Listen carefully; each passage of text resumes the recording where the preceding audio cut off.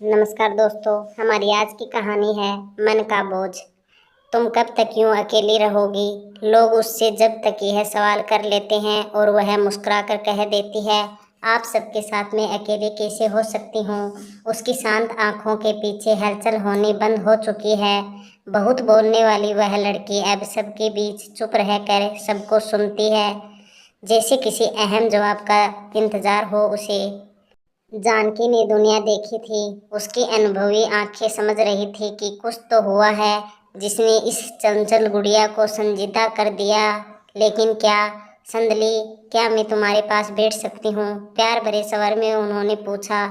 जरूर आंटी, यह भी कोई पूछने की बात है। मुस्कुराती हुई संदली ने खिसक कर बेंच पर उनके बैठने के लिए जगह बना दी।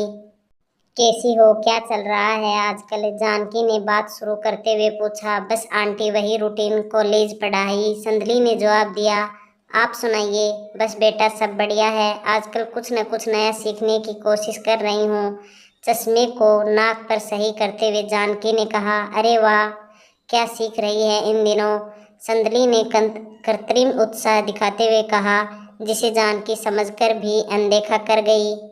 उसका गला भर आया। कुछ हिचकिचाते हुए रूंधे स्वर में वह बोली, नहीं आंटी जी, जैसा आप समझ रही हैं वैसी बात नहीं है। बस बस अपना दुख बताकर किसी और को दुखी नहीं करना चाहती। बेटा, क्या मैं समझती नहीं हूँ? पति के निधन के बाद यूं अकेले जिंदगी काटना आसान नहीं होता। जब तुम्हारे पति के रोड एक्सीडेंट की खबर सुनी, मन दहल गया था। 2 दिन तक गले के नीचे एक कोर तक न उतरा था मेरे। और विक्रम ने तो अपने आप को कमरे में ही बंद कर लिया था। बड़ी मुश्किल से उसने समय को संभाला है। संदली अचंभित होकर बस जानकी की बातें सुन रही थी। उसके मन में उथल पुथल मची हुई थी। ये क्या कह रही है आंटी जी? ऐसा क्यों? मुझे कुछ समझ नहीं आ रहा था। विक्रम का यूं कमरे के अंदर खुद को बंद कर लेना। आंटी जी प्लीज खुलकर बताइए, आखिर आप कहना क्या चाहती हैं? उन्हें बीच में टोकते हुए विस्फारित नजरों से संदली ने पूछा। बेटी, लखनऊ से ट्रांसफर लेकर जब हम दोबारा इस शहर में आए तो तुम्हारे बारे में हमें सब पता चला। जब तुम्हारे घर आई तो पता चला तुम यहाँ हो, इसलिए तुमसे मिलने यहीं चली आई। जानकी ने हौले से संदली का हाथ अपने हाथ में ले लिया और बोलना जारी रखा। बेटी, विक्रम तुम्हें बहुत चाहता है। उसने कई बार तुमसे अपने दिल की बात बतानी चाहिए, पर तुम तो जानती ही हो कि वह कितना शर्मीला है, कभी किसी लड़की से बात नहीं करता। तुम जब भी कभी विम्मी के साथ घर आती थी, वह किचन में मेरी मदद करने के लिए दौड़ा आता था और तुम्हें देखने के बहाने मेज पर नाश्ता भी खुद ही लगाता था। वह मन ही मन तुम्हें चाहने लगा था बेटी। तुम्हारा नाम सुनते ही उसका चेहरा टमाटर की तरह लाल सुर्ख हो जाया करता। मैंने उसके मन को भांप दिया था, इसलिए जब उससे तुम्हारे बारे में बात की तो उसने मुझसे अपने दिल की बात कह दी।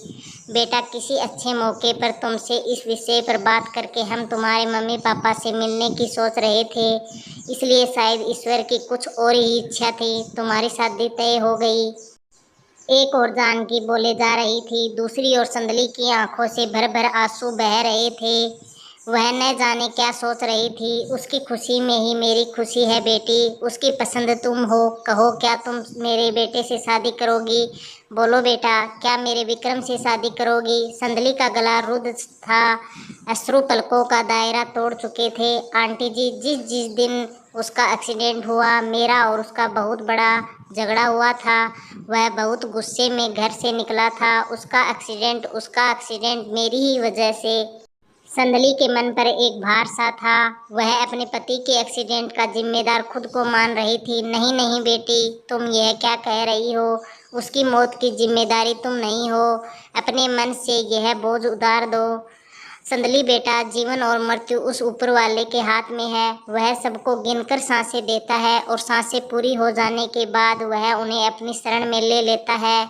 इसमें तुम्हारा कोई दोष नहीं। यह सब किस्मत का खेल है बेटा। संदली वहीं बैठ गई और काफी देर तक जमीन में अपना सिर गड़ाए रोती रही। जानकी चाहती थी कि संदली आज जी भर कर रो ले ताकि उसका दर्द पिघल कर पूरी तरह से बह जाए, इसलिए उसने भी उसे रोने से नहीं रोका। रो ले बेटा, आज जी भर कर रो ले। क्योंकि मैं नहीं चाहती कि मेरी होने वाली बहू की आंखें दोबारा कभी नम हो। माँ सिसकते हुए संदली जानकी से लिपट गई। शायद संदली के मन का बोझ अब उतर चुका था। तो दोस्तों, हमारी आज की कहानी कैसी लगी? अगर कहानी पसंद आई है तो लाइक, कमेंट, शेयर और चैनल को सब्सक्राइब ज़रूर कर लीजिए।